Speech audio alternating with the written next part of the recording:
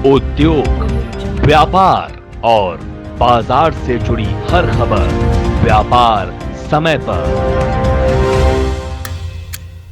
मैं हूं आपके साथ अश्विन यत्री और वक्त हो चला है टॉप 10 न्यूज बुलेटिन का। तो चलिए बिना देरी करते हुए शुरू करते हैं खबरों का सिलसिला।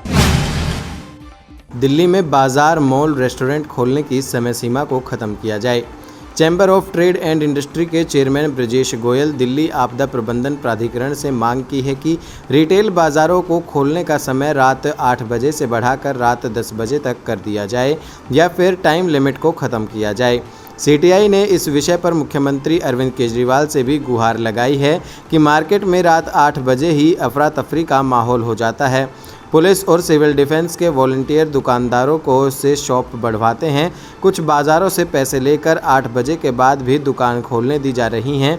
ऐसे में सुबह दुकानों का ओपनिंग टाइम 10 बजे की बजाय 11 बजे कर दें, लेकिन शाम को दुकानें खोलने के समय अवश्य बढ़ाना चाहिए। फैम की मांग बिना वजह न की जाए दुकान seal. Federation of all India व्यापार मंडल के राष्ट्रीय उपाध्यक्ष जगदीश मोदी ने केंद्रीय गृह सचिव को पत्र लिखकर बिना बात व्यापारियों की दुकानें सील नहीं करने का अनुरोध किया है। उन्होंने कहा कि दुकानों में भीड़ बढ़ने का कारण व्यापारी नहीं है, भीड़ की वजह दुकानों के बरामदे एवं सड़क पर बैठे पटरी वाले हैं और रेडी वाले हैं।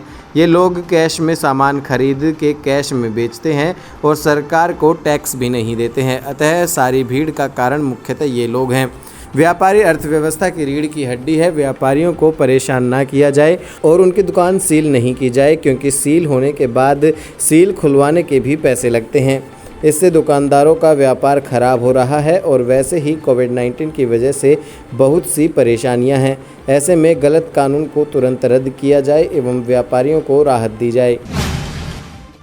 दिल्ली गुड्स ट्रांसपोर्ट ऑर्गेनाइजेशन ने की जीएसटी कमिश्नर से मुलाकात। Delhi goods and transport organisation के पदाधिकारियों ने जीएसटी कमिश्नर से मुलाकात कर अपनी समस्या से अवगत कराया।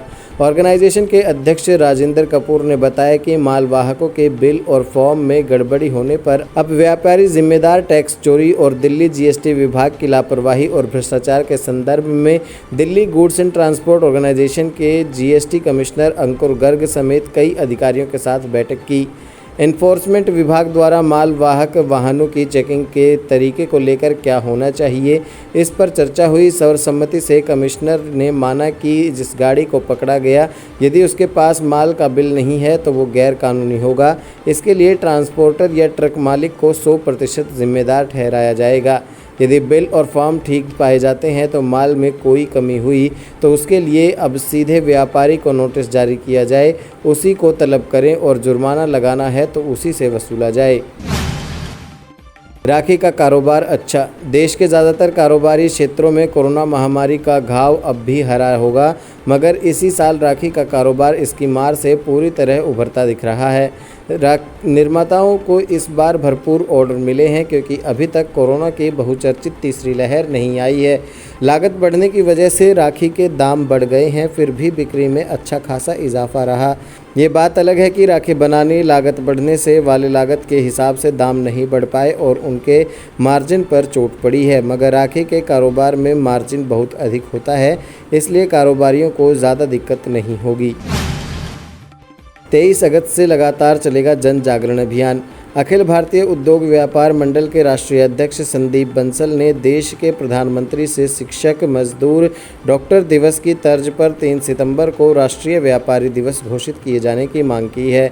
उन्होंने लखनऊ जिला महानगर युवा एवं महिला इकाई के प्रमुख पदाधिकारियों को संबोधित करते हुए कहा कि अब समय आ गया है कि व्यापारी वर्ग को अपने सम्मान के लिए जागरूक होना पड़ेगा और इसलिए संगठन ने व्यापारी के मन की बात कार्यक्रम के जरिए प्रधानमंत्री तक व्यापारियों को सम्मान देने के लिए राष्ट्रीय व्यापारी दिवस शिक्षक विधायक की तरह व्यापारी विधायक चुनने, डीजल, पेट्रोल, रसोई गैस और जीएसटी में शामिल किए जाने की मांग की है। बंसल ने राजधानी के पदाधिकारियों से सभी बाजारों में संगठनात्मक इकाइयां गठित की जाएं।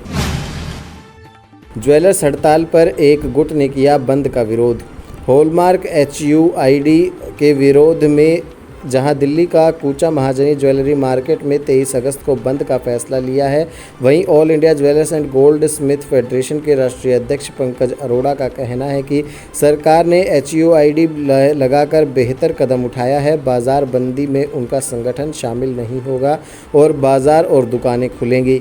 संगठन लगातार मांग कर रहा है कि HUID की व्यवस्था निर्माता कंपनियों पर होनी चाहिए। ये व्यवस्था सबसे उपयुक्त है और छोटे कारोबारियों को कोई परेशानी नहीं होगी, लेकिन कुछ लोग इसे रिटेल के स्तर पर लागू करने की मांग कर रहे हैं। इस पर सभी को आम राय बनानी चाहिए। बंदी से कोई लाभ नहीं होने वाला है। लोगों के आगे बढ़ने से पहले ही कारोबार प्रभावित चल रहा है। पिछले 3 दिनों से डीजल की कीमतों पर हो रही कटौती पर आज ब्रेक लग गया। इंडियन ऑयल की वेबसाइट के अनुसार डीजल की कीमतों में आज कोई कटौती नहीं देखने को मिली है।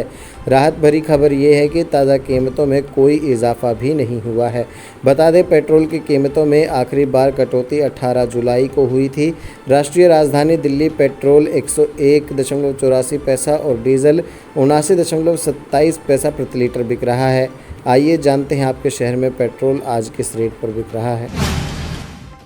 Realme का entry level smartphone Realme C21Y भारतीय बाजार में लॉन्च होने के लिए पूरी तरह तैयार है। इस बात की पुष्टि अब कंपनी ने कर दी है।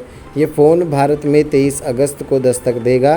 फ़ोन को लॉन्च Realme आईकॉम पर होगा। इसके साथ ही बता दें कि Realme C21Y का लॉन्च पिछले महीने वियतनाम में किया गया था। इसमें 13 मेगापिक्सल के मेन कैमरे के साथ पीछे की तरफ ट्रिपल कैमरा सेटअप है। Realme C21Y phone Unisoc T610 SoC processor के साथ आया है। देश की प्रमुख वाहन निर्माता कंपनी महिंद्रा ने बीते जुलाई महीने में अपनी बेस्ट सेलिंग SUV बोलेरो को लॉन्च किया था। उस वक्त कंपनी ने इस SUV को लेकर 3 वेरिएंट्स N4, N8 और N10 में पेश किया गया था। अब कंपनी ने इसके नए N10 ऑप्शन O वेरिएंट को बाजार में उतारा है।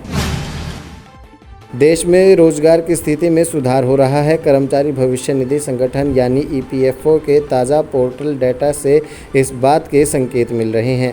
श्रम मंत्रालय के बयान के मुताबिक जून में शुद्ध रूप से 12.83 लाख सदस्य जुड़े हैं। वहीं मई की तुलना में जून में सदस्यों की संख्या में 5.9 लाख की वृद्धि हुई है।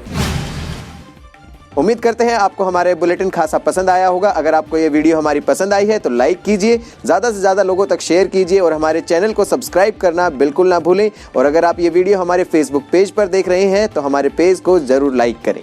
हमसे जुड़े रहने के लिए हमारे YouTube चैनल को सब्सक्राइब करें और नई वीडियो की नोटिफिकेशन के लिए बेल आइकॉन को दबाएं।